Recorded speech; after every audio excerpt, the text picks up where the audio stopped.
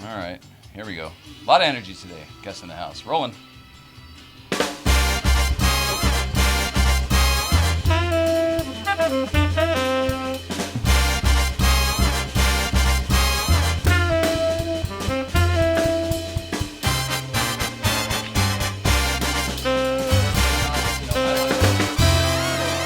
Camera line, rather. Yeah, anywhere you want. There you go, Mrs. Sorry about that. Push some buttons here. Good Hello, morning, hello, don't Sarah. mind me. Hello. These are the things we do before the show. Usually people don't get to see them. Today they did. Pull the curtain Turn some back. lights on. Pull the curtain back. Turn the lights on. The whole thing here. Get rid of the cell phone. Come back to the 90s here. How it goes. How's it going, Mrs. Ryan? It's going. Going. Today's not awesome. My head's displaced a little bit. Your head's displaced. Looks like it's in the right place. I'm thinking about too many things, and so I'm a Oh. little scattered. Good for you. I know you know. I do, but I know from my own experience, and then I know what it does to you. I think if that's what's going on, then you're handling it better than you used to. Thanks. You used to be overwhelmed and like, I'm out. Yeah. Now you're saying like, oh, I've got a lot on my mind. It's a lot to deal with, but here you are dealing with it. Yeah. I don't cry like that anymore. There's no crying in late night. I think about that a lot. Although there probably is quite a bit of crying in late night, come to think of it. Yeah. His laugh is great. You should be here every night. Absolutely. Now we know Conan's secret, by the way, because I know that laugh. Yeah. That's funny. Do you know she used to rep Andy? No. She worked with Yeah. Andy for years and years. Serious? Yeah. He's great.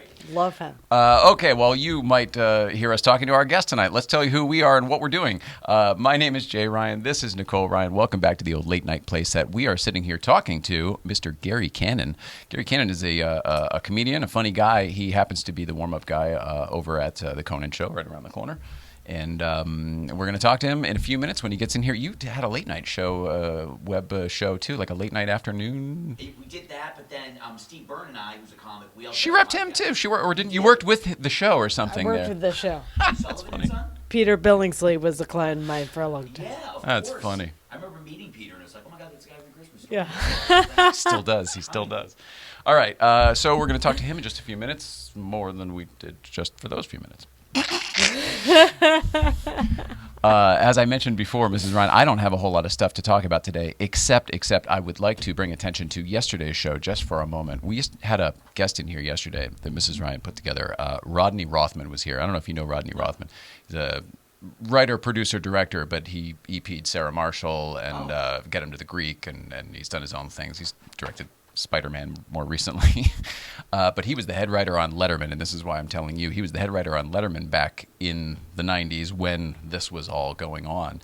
And yesterday's show ended up being a show about me, and that was not at all what I intended. He found out some of my Letterman history, and then he had me tell a story that went on for, gosh darn it, just too long. And then we didn't have a whole lot of time, not only for Rodney's story, but also I was then like a total scatterbrain because I went through this crazy emotional journey.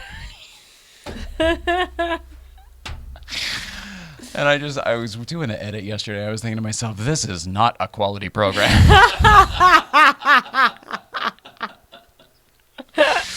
So thanks for sticking with us. Appreciate it. The funniest thing was I feel like yesterday's show is the closest, at least emotionally, to when we get Dave here, and we'll talk about that in a few minutes. But that, I think, was the closest one where it was like he knew everything and he was there at the time. And that's the first time I've had that. Yeah, watching it's interesting. So I wanted to just tons of love to Rodney Rothman. Sorry about your time. Please come back, and I want to hear all about the other wonderful products that you've got. Also, we worked on some similar stuff. He, I don't know if he directed it, but I think he produced it. I think he definitely wrote it. 22 Jump Street, and I worked on the promos for that with Jonah right. and all Channing those Tatum. and Channing Tatum and all those basketball players. Some of Right. which I think have even passed. Well, of course, it wasn't COVID. Anyway, so love to that. Mrs. Ryan, I've got Dave Watch. Time to push the button. Okay.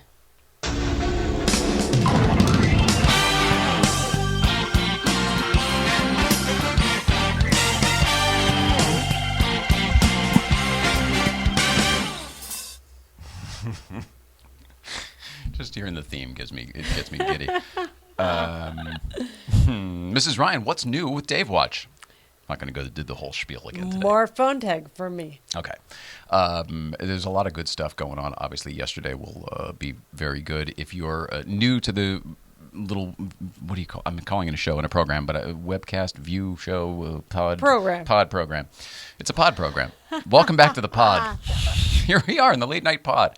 We're going after Dave to be a guest on the show. Obviously, there's the reasons, we're sitting in his old equipment and his old furniture and everything, and that'll be neat to take a trip down memory lane. But more so, the Jay Ryan of it all, the history with the microphone and the whole thing. It'll be fun to unpack that with Mr. David Letterman. So playing phone tag, and that's what's going on. Phone tag, more to setting come up on that the subject. show. Yeah.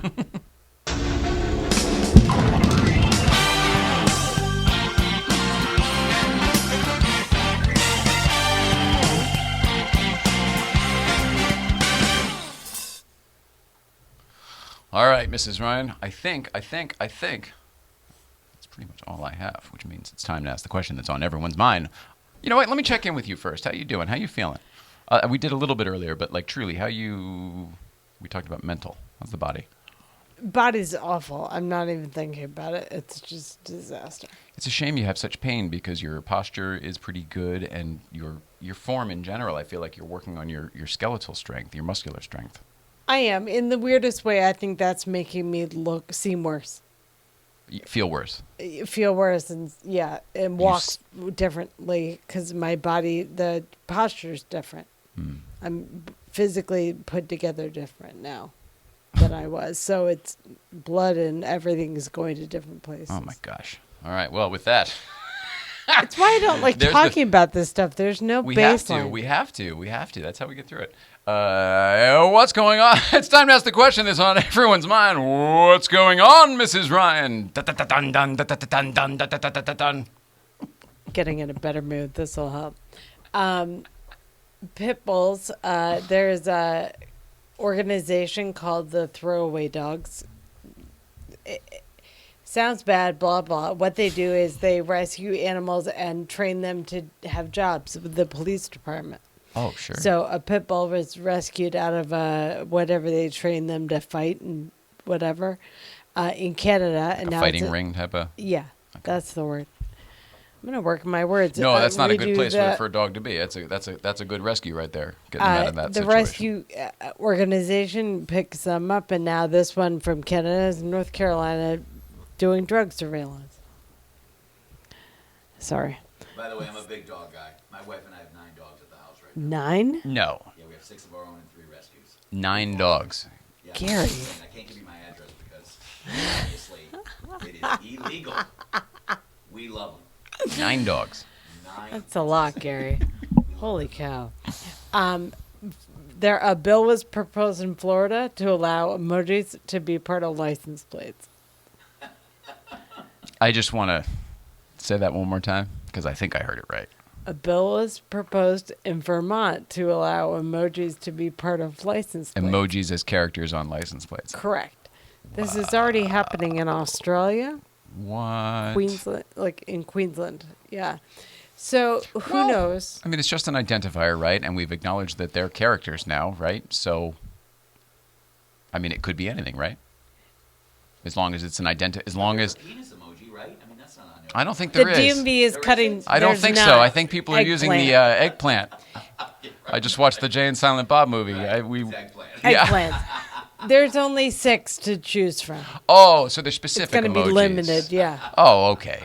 That'd probably be a sailboat. I don't think eggplants are on there. It's probably good. No eggplants. Okay. Lastly, in Australia, it's crazy.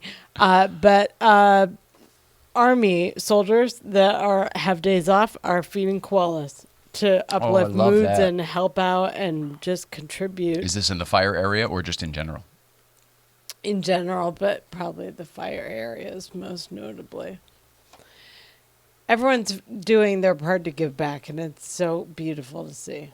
So, yeah. One of our sponsors, Product 23. Shout out to Product 23 and Ron Goodman down there fighting the fight. They're actually racing at Bathurst this week. Really? Mm-hmm. Where Tim Pappas got in an accident a couple years ago. A year ago.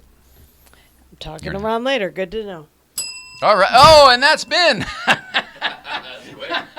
What's going on, Mrs. Ryan? Today is hard. Sorry, buddy.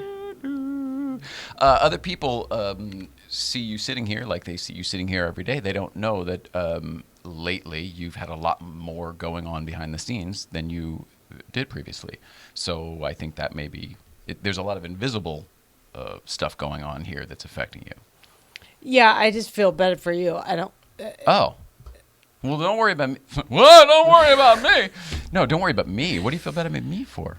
I'm just distracted with everything I'm doing, and I'm not always as. But it's all for present as it's I all wanna for us. be. It's all for us. I Everything know. you're distracted. You're wonderful. You're a goddamn blessing. I just love you a lot, and I don't like being distracted on camera. Yeah, seriously, get with the program. Anyway, let's take a break. Right? We did it. We did Yeah. it. We do everything. Do we I have anything believe else? so. No. Okay. Let us take a break. It is now time. We're going to take a quick break. We're going to have Gary Cannon sitting in that chair when we get back here, and that's going to be a lot of fun. But before that, hi. I'd like to say a few words about hot sauce. No, that was a Carson thing. We'll be right back with these brief messages from OSO Delicious Hot Sauce, the hot sauce made by bears.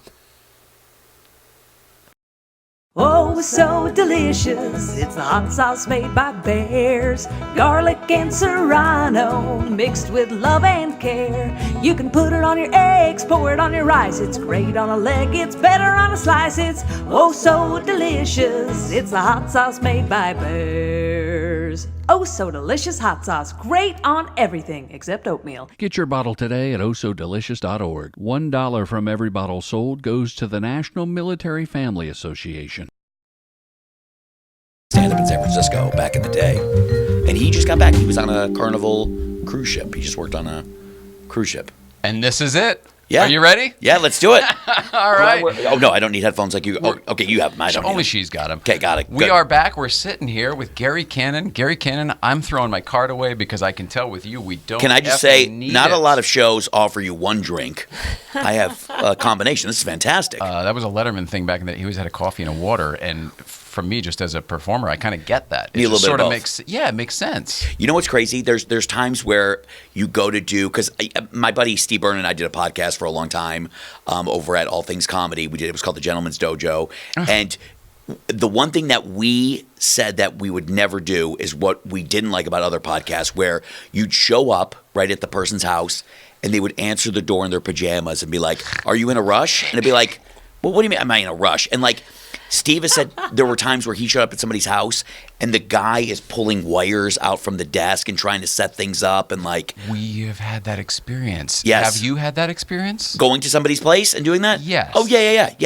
Well, how does that make you feel? I always have this rule. The minute I see that going on, I'll say I have to be out by such and such Oh a my time. gosh, you're so smart. You can I- see it. I so see then it you, going in. You Yeah. counter. You have a countermeasure. Yeah, listen, hey, great. You can do whatever you need. You know what I'm saying? No problem. But then This coming we only off have the 8 end. minutes. It's coming off the end, Absolutely. right. I don't care. You know what I Yeah. mean? Yeah, it's almost like in stand-up when a comic will reach out to you and be like, hey, you want to judge this comedy contest that I'm doing? And I know that guy's making money, but I'm not. But I'll just go donate my time. And you get there and there's no water. There's no anything. It's like, listen, I don't need a plate of sashimi sitting in the background with different hummus spreads. But, like, can you have, like, a water for me? Like, that's all I'm asking. You know what I mean? Like, I'm not asking for much. But, like, I just love when they're – and then he'll reach out again like, hey, you want to do this again? I'll be like, no, Dante. So who was it? Comedian Dante. Just don't want to. So, yeah. And a funny story, Steve and I have been friends for a long time. I recommended Steve to do cruise ships years and years ago, and he started working on cruise ships on Norwegian because I recommended him. I just couldn't do them at the time. Okay. So he started doing them. We're still Steve Mazon, right? Steve Mazon, who was on your show. And years after he was doing them and in a groove and doing great, I was the one who – I wouldn't say got him fired, but what happened was I flew to Orlando to be on a cruise with him as his guest. My name wasn't on the sheet to get on. So there was a big fight back and forth. To board the boat. To board the boat, Oh, my. right? So couldn't get on the ship. And then literally 3 hours later, I'm flying back to L.A.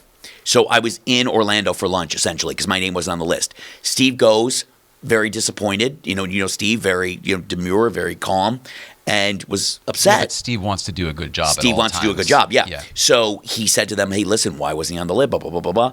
And a few weeks later, they're like, this guy's difficult to deal with. And that was it. Like, it's so crazy to me. And any one little wrinkle is one that wasn't there previously. One little wrinkle. And listen, I started working on cruise ships just this past year, and now it all made sense. I'm all like, you have to satisfy the audiences who are just there sitting in the showroom waiting to go to their next meal. They could care less about comedy. There's kids rolling around on the floor. A weird one? It's weird. And there are moments where you're like, this is great. I'm having a great time. But I was bummed this past year because I booked 2 weeks over Christmas and New Year. Out of New Orleans, it was going to go to Mexico. The idea was my wife was going to come. It was going to be great. 3 weeks before we were supposed to board, she couldn't get out of work. She works at a bakery. They're like, absolutely not at your busy time. So now I'm on this cruise ship by myself over the holidays, which was a huge bummer. Yeah. It's like, ugh. So just not where I wanted to be over the holidays. Not only that, I'm thinking anybody who takes a cruise over the holidays generally with their families, so you must be just surrounded by it's all kids, holiday families. Yeah. Yeah. I mean, and it's listen, I love it, but it's like people, you're amazed at people's behavior. You're just like, We've only taken one cruise, What- so I get it. What cruise line was it on? Was it at least a good one, or was it a carnival? Oh, it was a carnival. It was a carnival? I've never believed myself to be a cruiser. Right. And she said, well, let's try it because it sounds kind of neat and it's all Out of inclusive. It's Long one of Beach? You got a Long Beach? We said, well, let's do this shortest one. Yes. So we got the nicest Catalina room on the Ensenada. shittiest. We got the nicest suite. Suite 111, by the way, that's true. Okay. 111 on the shittiest boat. Yes. And we had the experience you would expect that we would. It's so funny. Did you guys do Catalina Ensenada? Was that the trip? We did. It was the longer of the two, but it was still only less than a week. When my wife and I first met, and she flew out here from Michigan, I said, we're going to go on a cruise. We're going to go out of, it was out of Long Beach. Boom, boom. This is no joke, you guys. We're in Catalina, walking around Catalina Island. You can see the carnival ship from a distance. And I said to Michelle, is there any way, if we just left right now and went home, how could we get our luggage back? Because we were so bored and so bouncing off the walls. I was done. This was day one. Yeah, Couldn't that's believe right. how. You Yes, get to Catalina first. Catalina's right there. Do you drink alcohol? Yeah. We don't anymore, but we did at the time, Yeah. and that's what got us through it. I mean, I drank my way through the 4 days because everyone else is shit-faced drunk, and I can't be around people who are drunk unless I'm drunk. Carnival is the top. That's why they make the prices so low, because they know you're going to make it up in alcohol. Right. That's their number one selling point.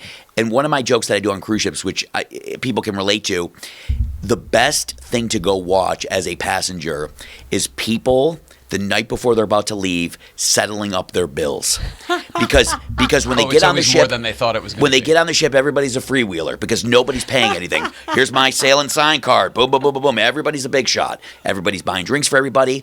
The night before, when they have to cash out, they're like, $1,200? Are you? And then they have I remember I was working on a ship years ago. I just first met my wife, and I called her from the ship's phone back home. I was on the phone with her for 6 minutes. It was like $120. Oh! So I was like, I'm getting out of this. I'm not paying this. I went down to the front desk, and I was like, hey, there's no way I was on the phone for that long. They walk in the back. They look at the computer, and the guy's like, no, you were on that long. And I was like, have a good day. Like, I knew that there was no way of because it's all documented. Absolutely. Every single thing that you do, there's a camera on you. You're signing something. Absolutely. But there are guys, like Steve and I talk about this, there are guys that do cruise ships 40, 45 weeks a year, and that's all they do. They're on ships over, and they jump off one, then they fly to another city, hop on another one. I mean, that's got to be a tough gig. It's sort of the traveling stand-up's life just at sea, right? Yes. Wow. And I mean, listen, there's no question you get to go to some amazing places that you would never get to go. But at some point, where has a comedy cruise taken you? I just got flown to Barcelona. Okay. So I hopped on the cruise in Barcelona, then it went around a little bit, and then we hopped off midway through because it was continuing, and they brought new comics on. Got to change over the talent, of course. Yes. Yeah. So that was great. I mean, again, I would have loved to have gone to Barcelona, but like the fact that somebody's paying you is even better. Yeah, and it was all Americans. They all loved the stuff, but the shows weren't that busy. I mean, listen, that's the problem. You can walk into these shows. There's 4 people. How big is a room on some of these cruise ships that you're talking Not about? bad. Every ship is different. Carnival, for a comedian, has the smallest rooms, but we get what's called a guest entertainer room on Norwegian. By the way, we parked ourselves in the comedy room, and we ended up seeing the same 2 comics all week, and we ended Yeah. up just making friends with them, and just that's how we got through it. And were they had good? To find it. Right. Yeah. Listen. Yeah. Yes. The truth is, yes. One probably was good a long time ago because Yes. I remembered him. Yep. And then one guy was a really good up and comer that I think will be good. That's the truth. And here's the thing with those guys.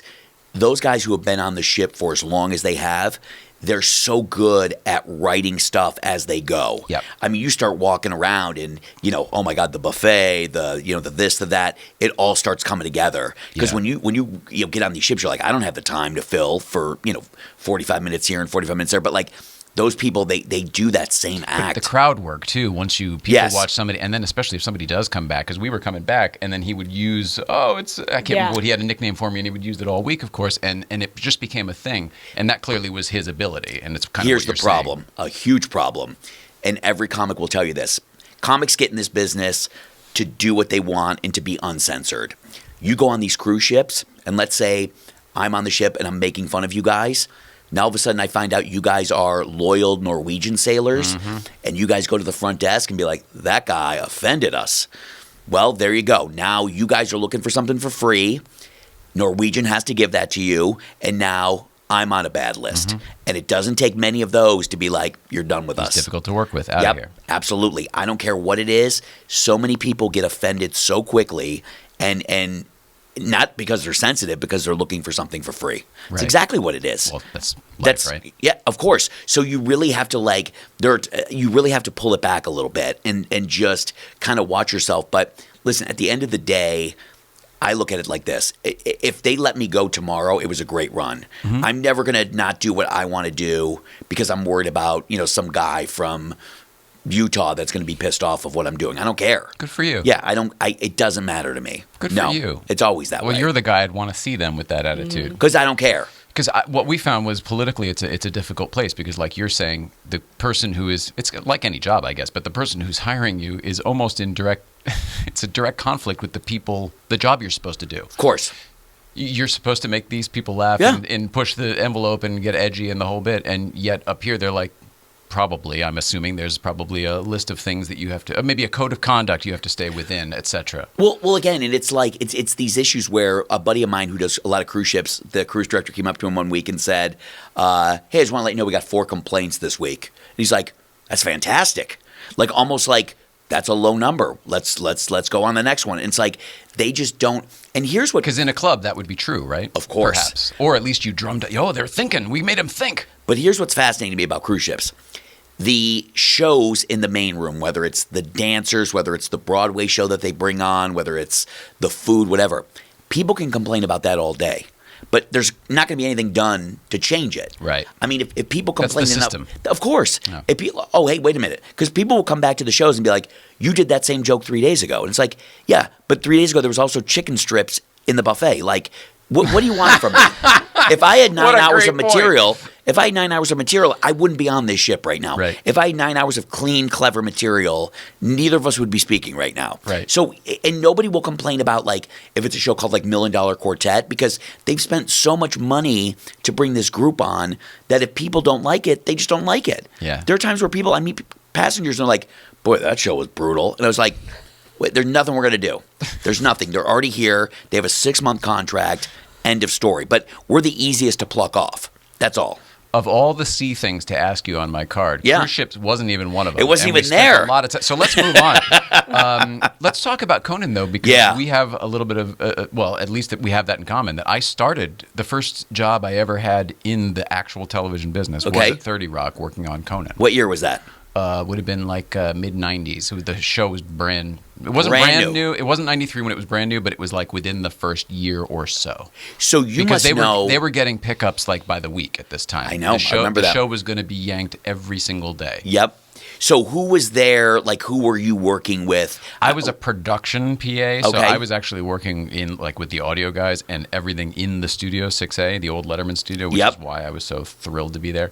But every day the upstairs people, the actual show Yep. people would come down. So let's see, you want to know like writers or? Yeah, because listen, a lot of them are still there. Oh, Mike Sweeney. Mike Sweeney was Yep. he did warm up back Yep. in the day, and Brian Kiley, was he there at that point? no, but Brian McCann. Brian McCann, who did warm up after Mike Sweeney left. Did or he? not? Mike Sweeney didn't leave, but he did warm up because Mike didn't want to do it anymore. Oh, so I he can't- did. Yep. Yeah, how many times can you tell that fucking Regina joke? Holy shit. Oh, my God. He was the greatest. We really enjoyed him, actually, but it was like, that was my first introduction to, it's the same every night. I thought, Right. like, when I went to see Letterman, this is the most amazing experience. To them, it's just fucking, Thursday. Sure. Yes. Yeah, writers-wise, I don't remember, but it was still Jeff Ross, and it was Yes. Andy was there back then. Yep. And this was the original version of the set where it was sort of like Lorne Michaels' office. Yep. It was not with the big window and everything else. It was It's- so it's funny because I had been a fan of Conan for a long, long time. I watched him in college, and I remember back in 2001, I flew out to New York. I'd never been in New York before. Crazy. I flew out there for the first time, and I saw a taping of Conan. He was doing the late night show, and I saw him. And basically, what happens? I don't know if he was doing this before, but the warm up was Brian McCann. He came out. And like his first line was like, "You watch the show on TV, then you come here." He's like, "Look at what a shithole this place is." I was like, "Okay." And then he introduces the band. Then Conan comes out and then starts dancing with an audience member. Yeah, he does the Elvis thing. And so he picks me to dance with him. Then he says, "Give me a hug," and I remember grabbing his ass. Ah. And then he's like, "I'm married," and I was like, "Call me." And then he let me go down on the floor and get the drumsticks from Max Weinberg, Nice. which was amazing. So that was 2001. Still always watch the show. So then back here in LA, I started doing warm up for a bunch of shows. My first real warm up gig was working on the Late Late Show with Craig Kilborn. Oh, no shit. Very first job, very first gig. I mean, I spent some time over there as well. You did. Yeah, Yep. it was when I first moved to LA in '99. Well, yeah, I'm trying to think when I started that show. I started it in 2003. He only did it for a couple of years, right? Couple of years. So that's probably right at the tail end of it. Yes, and there was some. Was Brian McAloon still directing? Yes. Okay. Yep. Oh my gosh. So yeah. So I came on towards the very end. Then all of a sudden it was in the news that he was leaving, whether Oh. by choice or whatever that was. And then Craig Ferguson came in. Started. Everybody came in, and then they gave the job to Craig Ferguson. I Yes. remember Michael Ian Black. I remember so many people sitting. Jim in that seat Rome. for- There were tons of people that auditioned for that show. I think Joe Buck. Even there were so many people. I will never forget this, which was one of my favorite memories. There was a weather person that auditioned. Not that she was going to get it or not, but they were. It was a favor. And I remember all these people from like local Channel 2 were there, like the anchors. And I was like, I know all these people, Testing right? for network. Yeah, and I got to tell you, they were the biggest drips, like in the audience. It's like, hey, your person is trying to get this gig. Like, show a little energy here, Yeah. man. Like, you guys are sitting here, like. But I'll But never they forget don't this. know performance. It's a total. They don't They're get used to. Be quiet in the room. Everybody's silent. I'll never forget this because I got the Craig Kilborn gig on a fluke because I saw somebody doing warm up on a show. I was like, this looks great. I don't know what this is, but this looks great. And I befriended the warm up guy who was working at Craig Kilborn. It was a guy named Roger Lundblade. He was there. And started hanging out with him. And he told me, he said, hey, they're looking for kind of a backup guy to back me up because Roger was doing sitcoms 2 and 3 days a week, which pay exponentially more than he was making. So I did an audition with a couple of other people. They filmed it, and Roger was the one who ultimately got to make the decision, which was crazy because it was like Kathy Hovind over there at the time and a lot of people. And I got the gig. And I remember the first thing Roger said to me, he said, if you get a group of people there, because at the time, like, Kilborn wasn't that crazy popular, and a lot of times you had to pay audience members to come in or groups or whatever. I was going to say, even in that tiny audience, which only 100 had people. 120 people, something like that, Yep. it was a tiny, tiny little. Yep. I loved that set and It was that great. whole room. Kathleen Anker is the same person who won an Emmy for this. They were bussing in audiences. Yep. I never Yep. knew that for that show. Yep, and it was Chevy crazy. Chase show did that, and other shows have Pat done that. Sajak, they all, and a lot of them still do it. I mean, they just can't get an audience. Right. And I remember Roger telling me, he's like, you'll get paid people in, but if you get groups in from a baseball team, your host. And I was like, why? And he's like, because they're just very testosterone-y. They don't want to be made fun of. They want to feel like they're the center of attention. So I remember like the first day when I kind of finally got the gig, I was like, where are people from? And these guys were like, UCLA baseball. I was like, damn it. You know what I mean? Like I was just like, and they just didn't care. And that was my first show, and I didn't know how to handle them. Wow. So he was right, and it happened right out of the gate. Right away. And I remember another story, because with Craig Kilborn, you never knew. Like, Conan's a well-oiled machine. You do 15-minute show starts. There's never a time where it goes early, late. It just moves. With Kilborn, you never knew when he was going to be ready. It was either 10 minutes or 35. I remember that. Took forever. So there were days where you're stretching, and I'm just like, I don't have the time. So I remember doing this bit because Price is Right was filmed right downstairs. Yeah, literally. Right there. And I said, I'm going to take people down to the Price is Right stage, which was BS. I didn't have any access to that. So we had the musical clip being played. It was like, dun, dun, dun, dun. And so I'd have people running down the stairs to see who had the best energy. And my friend Roger said, don't do it. Somebody's going to get hurt. And I was like, dude, you're old, warm up. I know what I'm doing. This is the new school. I got this covered. And one guy came running, hit the bottom of the stair. His leg hit the wrong way, his ankle. And he's like, and he's like, is there a medic nearby? And I just started as like, a medic? Like, I'm not getting in trouble. And I was like, go back to your seat. I gave him a CD, and I just avoided that area for the entire rest of the show. It was brutal. But so then I went to Ferguson. And then the change for me happened when I was done kind of being the fill-in, and I got the gig, my own gig, permanently on Carson Daly. I was the warm-up guy for Carson for 4 years. So wait, he had a audio. Hang on, all right, we got to unpack this because I know all these shows. Yeah. Oh wait, I remember this. He did a for a time. He did a desk and chairs version of the last Carson over at which became NBC. the J. But over at right at NBC, right? Yep. Burbank Studios. I remember he basically that went for 4 years. Yep. Crazy. Were you in Studio 9 or 11 over 9. There? 9. So 11 was, or maybe it was 11. It was right there. I confused the two, too. I used to work in those as well. You did. Yeah. Ellen was right next door to us for a little while before she moved to Warner Brothers. Got it. Yeah, and it was crazy because, and again, Carson was a lot of paid people, except on days where there was like Fall Out Boy or Green Day or whatever, because you'd pull up and you'd see the line of people, and there was always two lines. There was one that was standing by the gate; those were ticketed people, and then there's that little side street. And those were the holding area. Yeah. No, the holding area for the paid people. Oh, no. So there would be two lines. Yeah. And it was funny because as I was leaving many times, the regular people would see the other group getting paid cash. You'd be like, what's going on there? And I'd be like, I don't know.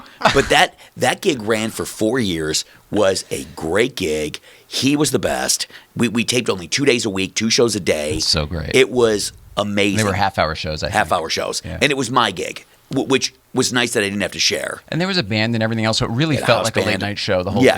Yeah, there was a house band, Joe Firstman, and it was just fun. I remember, I had my own apartment in Santa Monica. I was dating, this really cute girl that was younger than me. I was like, this isn't right. You know what I mean? Like, this isn't reality at all.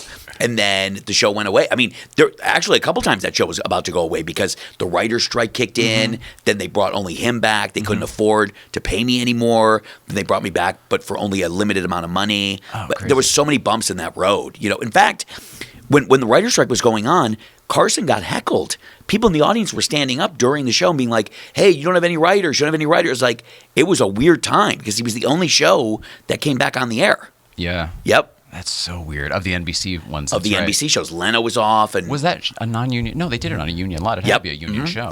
Yep. Wow. And it was such a great gig. And, you always look back on your life and be like, when times were simple was when you were the happiest. You know what I mean? You didn't have all this. No worries. No worries. And I just remember, like, those days I had this dumpy apartment, like 2 blocks from the beach, but I didn't care. I was so happy. It's American Beauty when he goes back and works at the chicken place and buys a Camaro. I rule. It doesn't, there are those moments where, like, if I could rewind that to that simple, it was the best. Yeah. When I had just moved out here, I was doing a show working on a show called Sunset Beach. It was a soap opera. Okay. But it was over there in either 9 or 11. Yep. And both of those used to be, one was Saved by the Bell and just before, and the other one was Fresh Prince of Bel-Air right before us.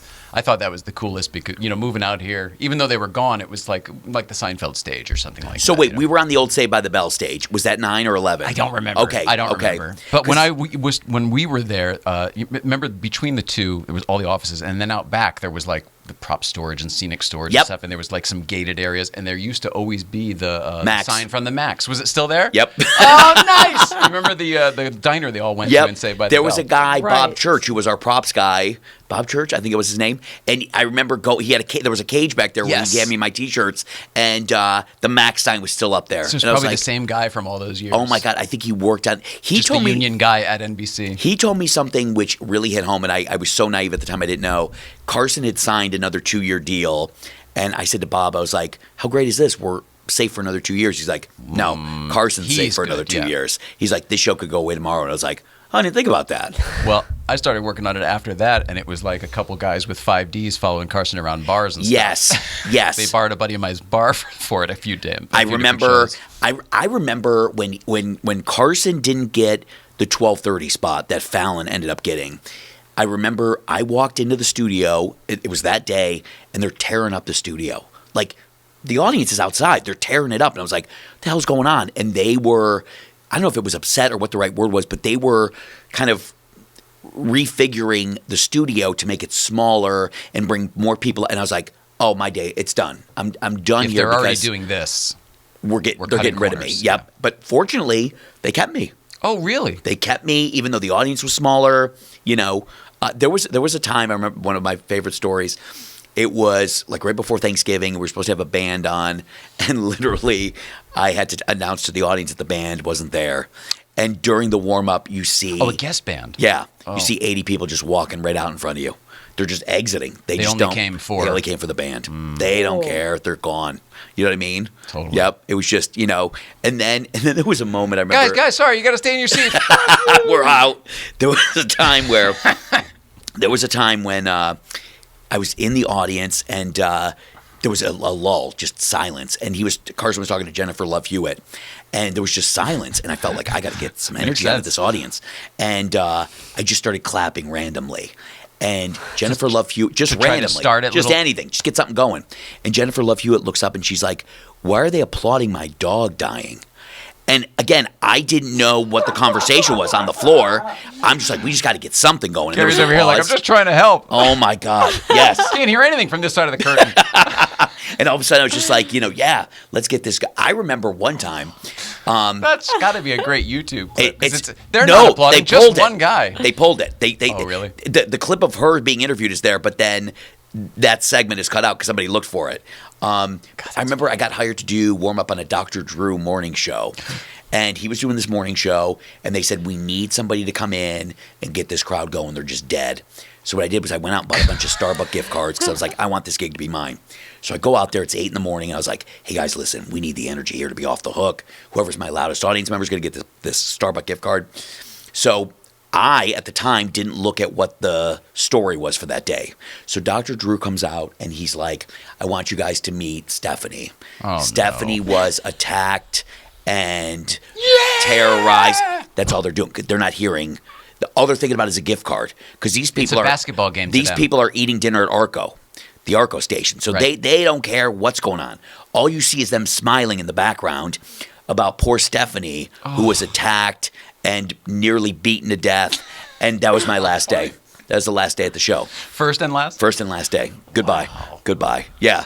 So then there were all these other shows that I got to do until Conan came around. Yeah, let's hear Conan. So the Conan story was great. This was just a fluke. We knew Jimmy Pardo way back in the day. Last time you had any clients there, or last time we were over there, it was still Jimmy, I think. Well, this is a crazy story, and this just shows you why you don't take days off. You just don't. You just don't. You literally never miss a day.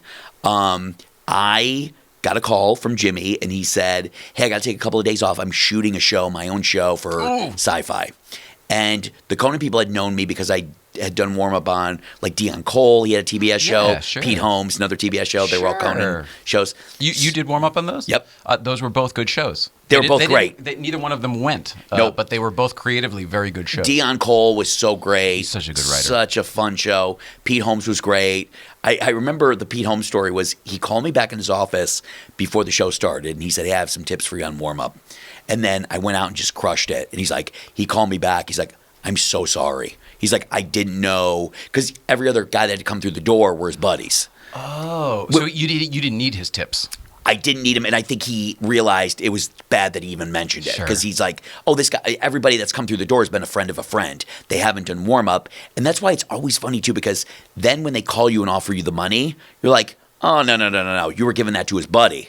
I'm not taking that horseshit rate. Oh, like, you know what I good mean? for Like, you. yeah, when you have any leg to stand on, it feels great. So Jimmy had to take a couple days off. This was in 2015, and I had nothing in my calendar, nothing. Wow. And I got a call. It was in February of 2015, and I went in, did the show, and they loved it. Like, I think, and Jimmy will tell you he's not a warm-up guy, and the job when he did the Tonight Show came to him by accident. They really wanted him. But there were only a couple warm-ups before he jumped in. It was, Wait, did he start when Conan got the Tonight Yep. Show? So he started when they moved out here? yes. Oh, wow. I didn't Andy got him the realize that. gig because him No and Andy were shit. friends. Yep. So they didn't have any idea of who they wanted to use. Andy said, you should use this guy. So the show in its whole inception has only had 4. It's been Mike Sweeney, Brian McCann. Show moves to L.A., Jimmy Pardo, and then me in 2015. Wow. So in 2015, just for my own sake, Yes. are we still in the big Conan studio Nope, with we're the at TBS. ocean? No, yes. Oh. But are we still in the big with the red curtain and the ocean Correct. behind the desk? Yep. It was still a big old-fashioned talk show with Yep. the band and it. Okay. Yep. So it was then. So then I go in there, and again, it was never a thing of I was thinking that I would get the gig because I knew he was so loyal to all of his people. There was never – I was just going to have fun. I had like 2 or 3 dates booked. Great opportunity. It's fun. You know what? This is going to be great to put on the resume, get to meet Conan. Whatever. It's great. So I do the show, and I guess from what I understood, backstage, Conan was like, "What the hell's going on out there?" Like in a good way. Like the audience that night was going crazy, and my style is totally different than Jimmy's. Who was your first? Do you remember the guests of your I first don't night? remember. Okay. I don't remember Okay. it. Just curious. But what's crazy is Jimmy would just stand on the floor and do jokes from the floor, like he would do in a comedy club. Very like, what's Correct. your name? Where you from? Boom, boom, boom. Not like a warm-up guy up in the audience. I'm up in the audience. I was throwing out T-shirts. I was doing a dance contest. You have to be with the people. Everything you need to do, right? Because they'd never done T-shirts before. I was like, can you guys get me some? So it was a different vibe that they No-brainer. weren't used to. So I always tell the story. Of like, You're doing it more how sitcom guys do it, though, versus Yes. the late-night talk show guys. Is that Yeah. addressed at all from these people?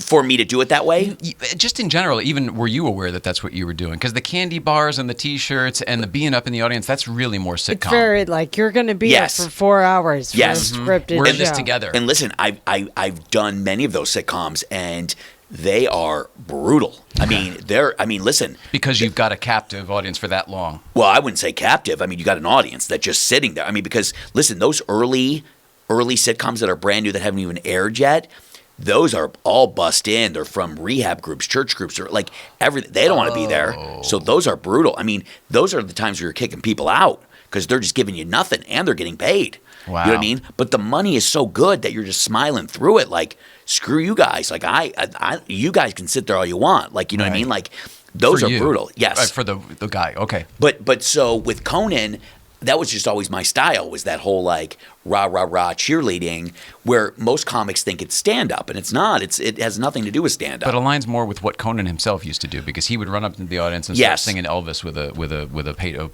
person every single time. But I think what happened was What when- happened to him, he would do that every single night. Yes.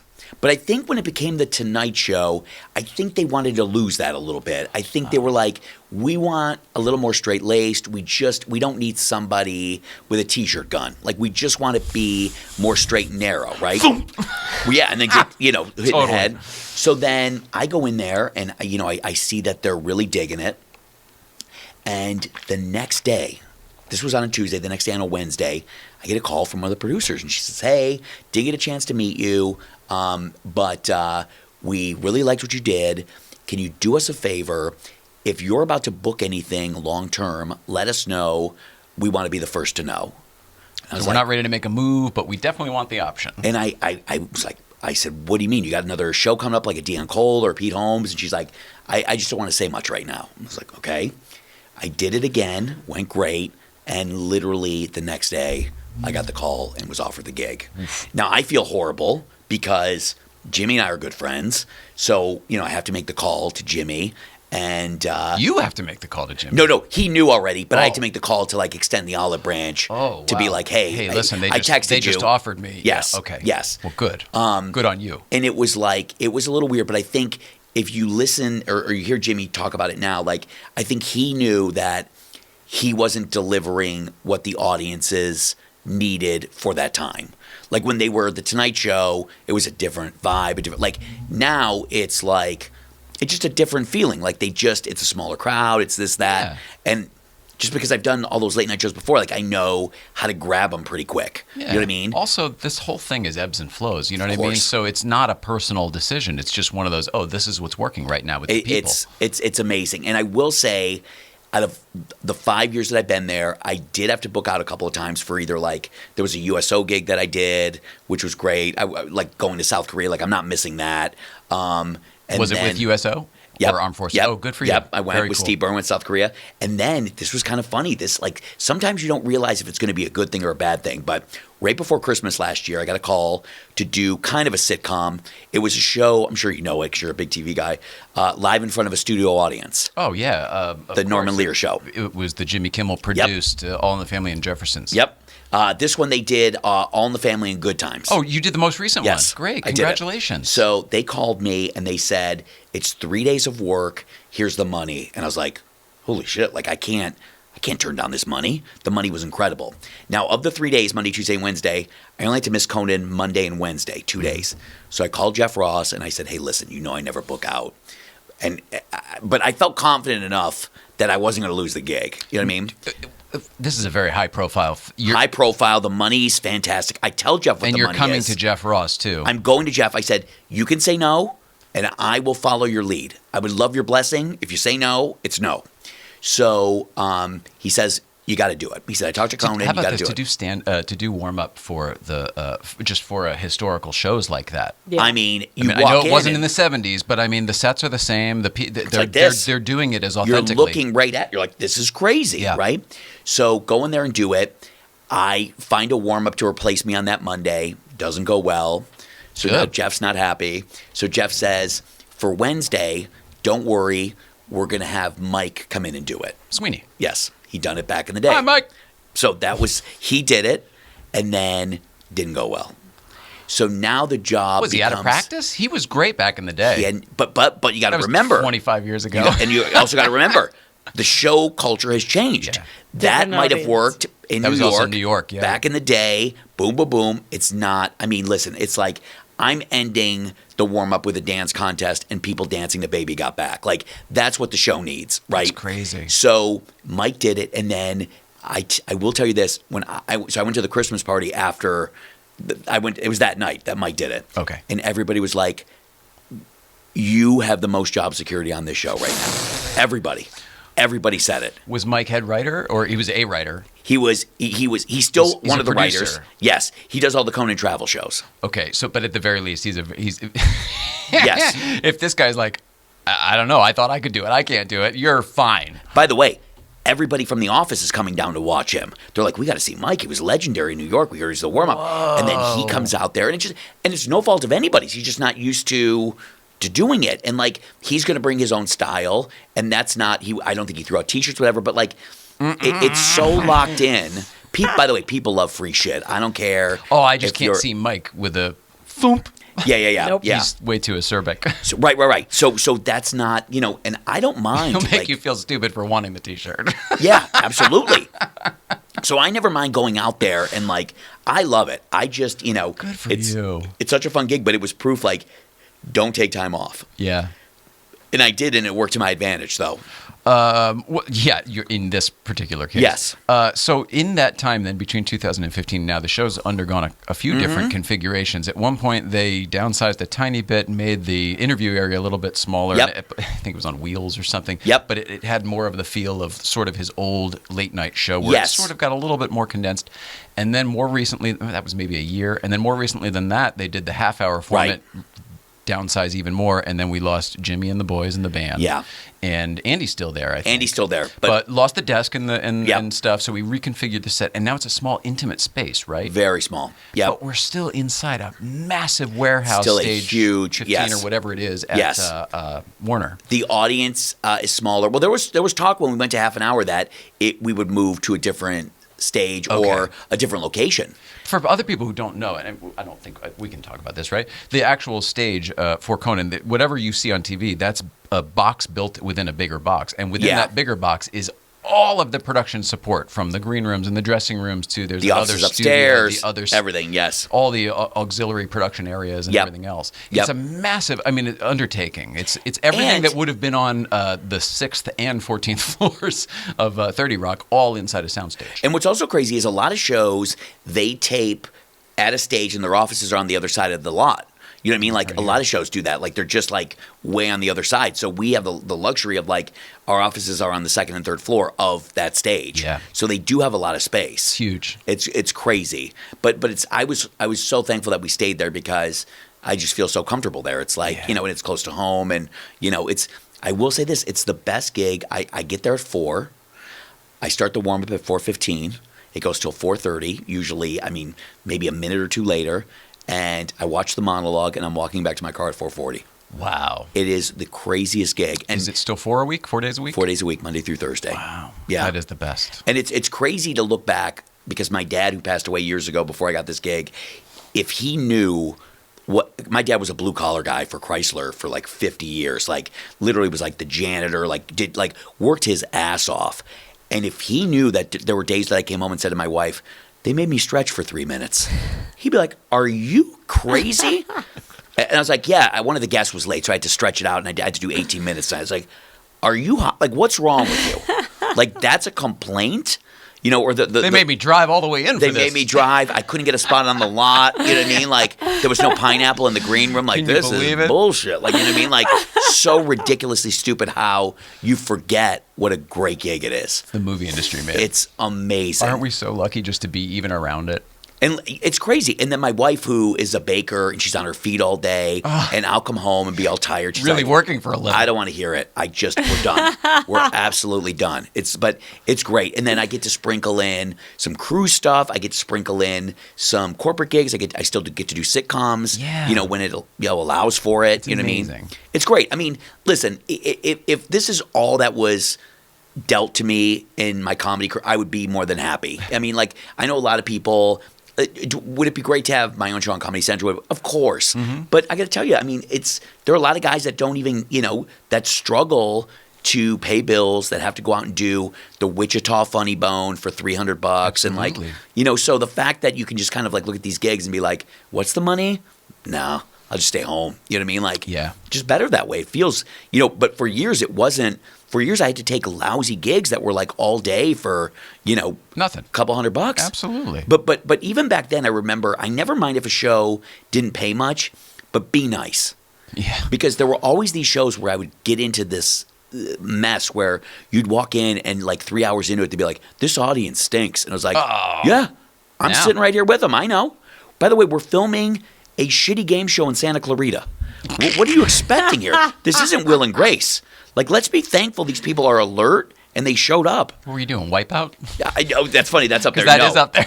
That was up there. It was a game show for a buddy of mine. Yeah, Wipeout was up there. But I remember there's no better feeling than when a producer comes up to you and be like, this crowd stinks. And you look at them and you're like, maybe we should just call it a day. I'm more than happy to leave for the day. Do you want me to call the insurance company? Yeah. Because if you don't think that I'm the right fit, let's just end it. No problem. And they look at you like, what? They're unaware that somebody's talking to them that way. Mm. By the way, how about this?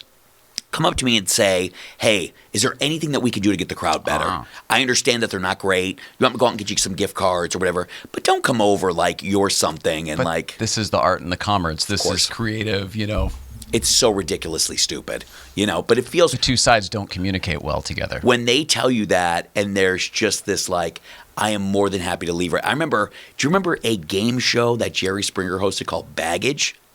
No. A dating show where he would like open up the briefcases and stuff. It was brutal. It was Wow. First of all, when you tell people it's filmed in Van Nuys, that should set the record straight right there. I remember they were paying me garbage and I needed the money. I was broke, didn't have any shows. I went in there, was like 5 shows for like nothing, and all paid, all just bottom barrel. And this producer comes up to me and he's like, "Hey, these guys stink." And I was like, "I know, they're really bad." And I said, "But let's face it," I said, "you guys are paying way under what you should be paying me." I said, "So we have a couple of options." And I was so new, I couldn't believe I said this. I said, "We have a couple of options. One, you triple the money and you can come up and ear beat me all day, right? 2, we leave the money where it is, which we know is both bad, and you leave me alone the entire day. Or 3, we just shake hands and call it a day." And he looks at me, he's like, "I'll get back to you." And he walks away and he comes over 30 minutes later. He's like, "Let's call it a day." And I was like, "No problem." And I remember driving home from Van Nuys at the time, couldn't be happier. That is amazing. I love it. Just like, you know what? I don't care if you have a higher title than me. That's right up You're there with I not gonna- rule. Yes, you're not going to treat I me give that up way. on this. Done. And if you can bring somebody else in here better, if you think Jim Carrey's going to do this show, Yeah. and If get you these think people I'm the entertained- reason they're not laughing, I am going to have Yeah. a nice, beautiful, happy, calm drive home. Well, that's why I listen, and I will say this, and I don't mind saying it. One of my worst experiences was Craig Ferguson. That guy was not a nice guy. And I say it all the time, and I don't give a shit. He just was a guy that was just, I don't know if it was him or what was going on, but I remember one time he pulled me. I've never had this happen in the years I've been doing warm-up. He pulled me behind the curtain after the monologue, and he's like, "These people stink, blah, blah, blah, blah, blah, blah, blah, blah, blah," yelling at me. And it's like, dude, why don't you talk to your writers about this shitbag monologue and the guests who are on the show? Like, nobody cares about whoever's on the show. And I'll never forget. It was from that point on, I was like, I'm not going to be treated this way. No way. How long did you stay on that show? I was on that show for about 1.5 years. So from Ferguson, you did the changeover, and then you stayed I for a year and a half. did Carson Daly, and then You came back to Ferguson. So what happened was I did Kilborn, I did Craig Ferguson, and then what happened was I got Carson Daly, which was great because then there was a point. This was so funny. There was a great point during Craig Ferguson that they fired me, right? And then they were trying people and realized nobody could do it. Then they brought me back.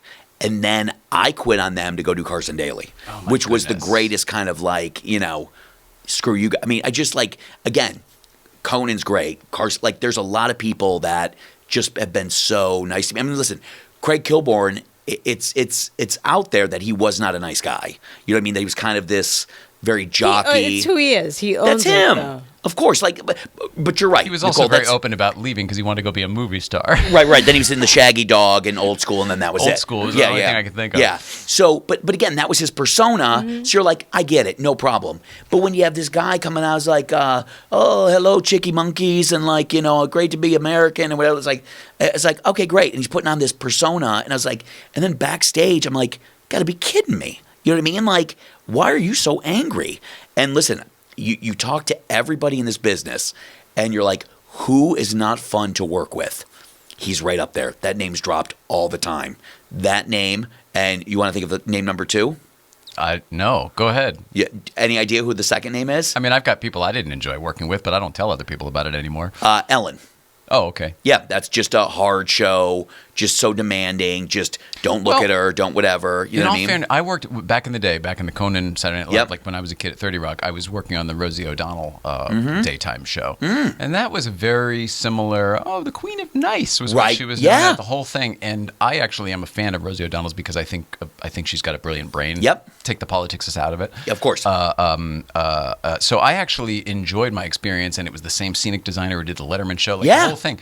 But what we experienced there and what America saw are two completely different things. Of And course. I'm not saying it had anything even to do with Rosie's a bitch. No, I'm not saying that. In fact, I'm saying the opposite of that. But whatever went into having that entity be what it was that everybody loved, holy smokes, it was not nearly that lovable on the floor. I also think it's this. I also think these people, especially you look at somebody like Alan, they're just out of touch.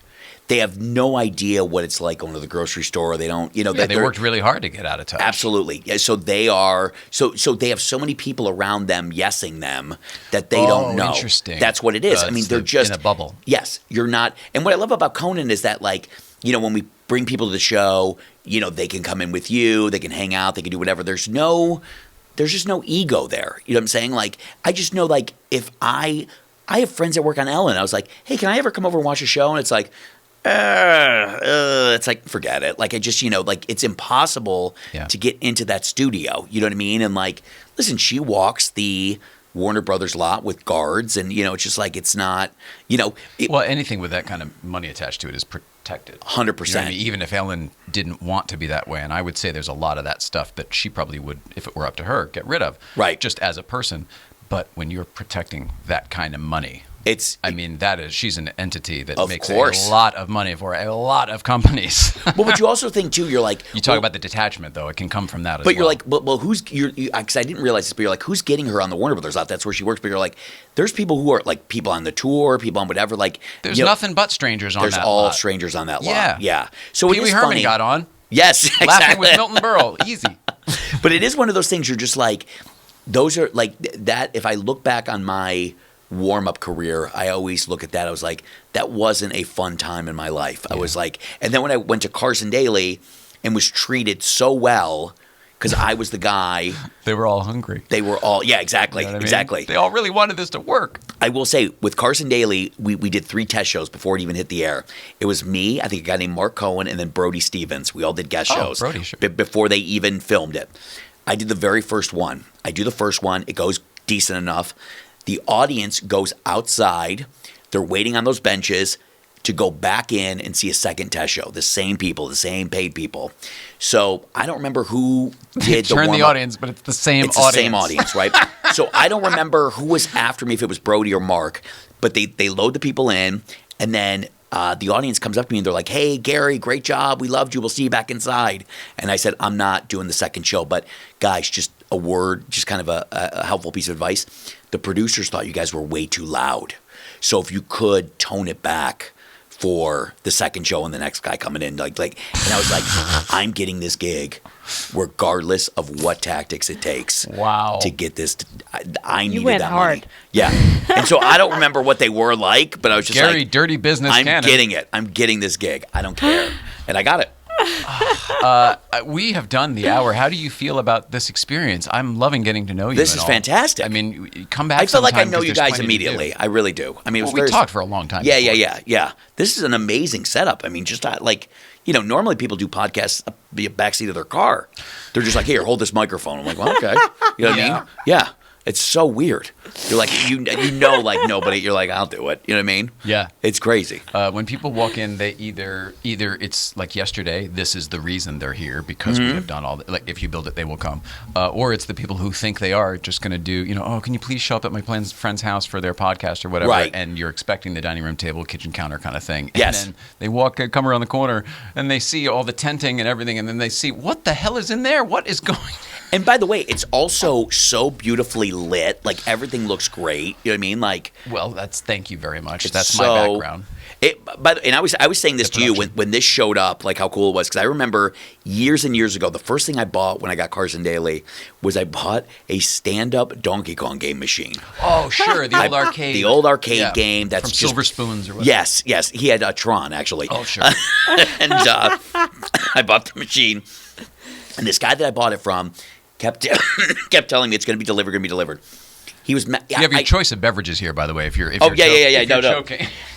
So he kept telling me it was on its way, and I was like, I said to the guy, I said, dude, if it's not here today, I'm pulling it. I don't want it anymore.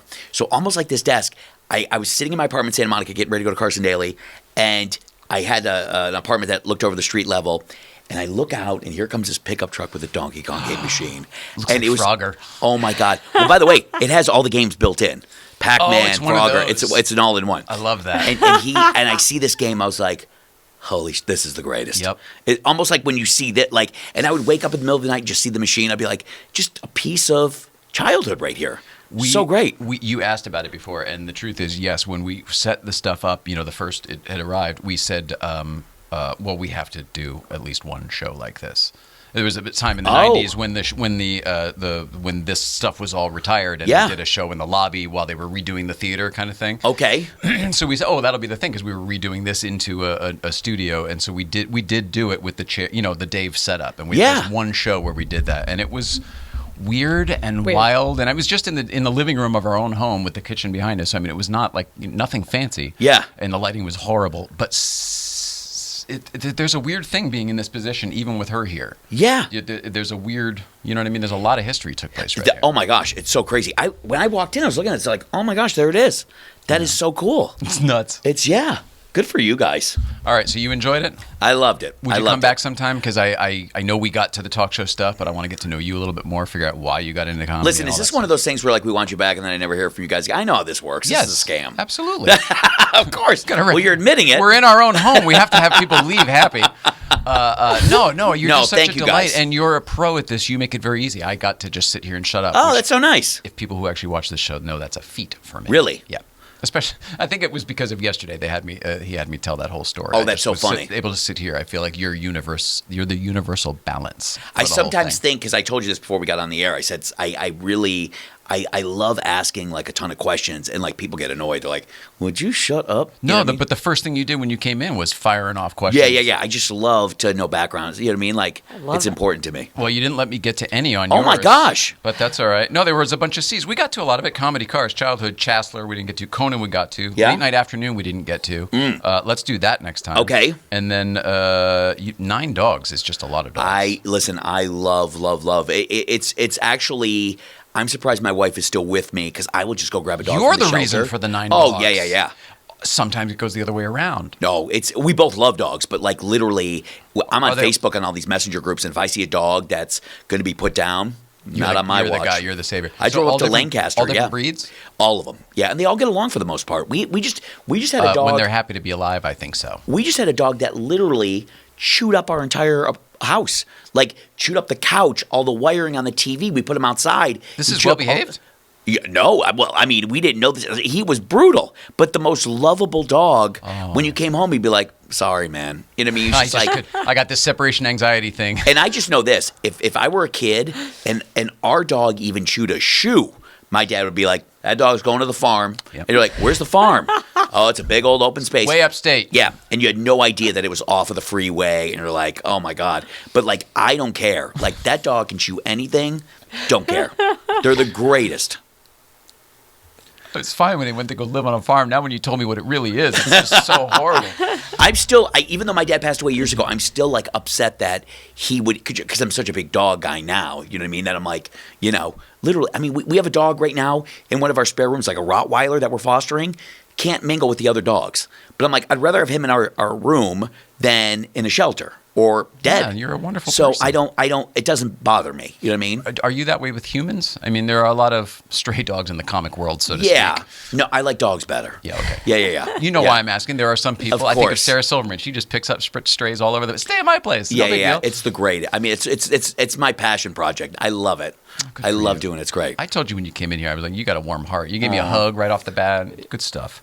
So come back sometime. I would We'll love do to. more of this. I would absolutely love to. How can we find you? How can people stay up to date on what's going on with well- you? This is the segment we call Billboard. Let's see. My website has all the connections to my Facebook, all that stuff. It's just GaryCannon.com. Easy. Yeah. Easy. Are you on the Instagram and all that stuff? Yeah, it's on there too. It's Everybody's my name changed, but it's like something. But No, it's I'm just curious. It's if linked you on are. there. Yeah. 'Cause a lot of our people are Instagram Yep. followers. So Absolutely. beautiful. Then we are going to see you soon. I don't know when. And then what? You know what? I was going to say, why don't we just come over and see a Conan tape? I was gonna invite you That guys. way Of we course. can see. Let's do it. You Awesome. And you guys are like 3 minutes away. It's literally a Yes, couple blocks it's so away. close. It's so close. So let's do that. That would be great. Please let us know when. I haven't talked to Indy in forever. I'd love to see him. Oh, that'd be great. Yeah, he's so nice. I mean, just like Yeah. that whole crew over there. It's like this is family here. There were a lot of people that came from New York. Steve, Yep. the stage manager, is he still there? Yep. Steve Hollander. He was from 6A back in the. See, now there was a. Most people don't get it. When you're going to be canceled every effing week. Yeah. Well, you know from Carson, except Yeah. it's still on the air. No, he's there's done. There's a weird. Well, there's a weird camaraderie that Yep. happens when you're all fucking getting through it together. Steve is in the opening show, the cold open of the first Conan show. Remember when Conan was going to go into his dressing room and hang himself? He's walking. Vaguely. Yeah, he's in the hallway. He's like, Really? yep. Because Steve was like a PA before he became like head stage manager. I remember all of the people around him. And Yep. then when we went back to go, you had a client on whatever a couple years ago, Tracy Morgan or somebody, and we were over at the red, still where you are, but the Mm-hmm. old version.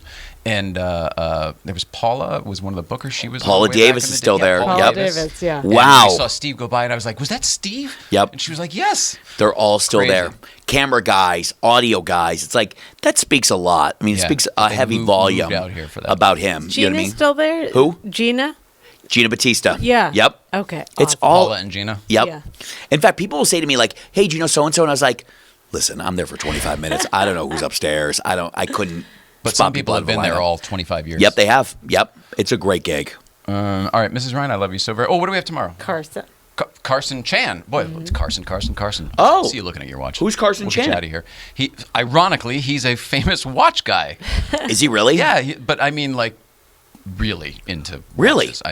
Collects $100,000 watch. I mean, really a big deal in the watch world. I love on globally. cruise ships where they always tell you, "Hey, the final day of the cruise, you can get 20% off." It's like, A guys, I mean, $60,000 watch. Yeah. Like, who's buying the same people buying the artwork on the cruise ship? We You're like, watched something the other day, and he goes, "A lot of my clients book cruises just so they can buy artwork." I was like, "This guy's full of shit." I met a girl one time on a cruise who worked in the jewelry store, and she's like, "I got to tell you, we have the best buys." And we're like, I can understand that Costco if has there the weren't, best buys. if there weren't the internet. This ring's from Costco. I mean, There you go, I you literally see? bought it myself because my wife didn't have the money. So it's like it's ridiculous. Like, you mean to tell me in the advent of the internet, the cruise line still has the cheapest prices on this junk? You're great. You're high. They don't. There's no possible way. Oh my goodness! All right, so tomorrow, Carson Chan, Mrs. Ryan, I love you so very much. Oh, You guys are Gary, such a cute couple. I can tell you guys really love each other. We do. This is a very opposite of me and my wife. We don't care for each other. That's why all the dogs. Gary, we love you so very much. Thank you, guys. for being here. We love everybody at home. Please love one another, and we will see you tomorrow.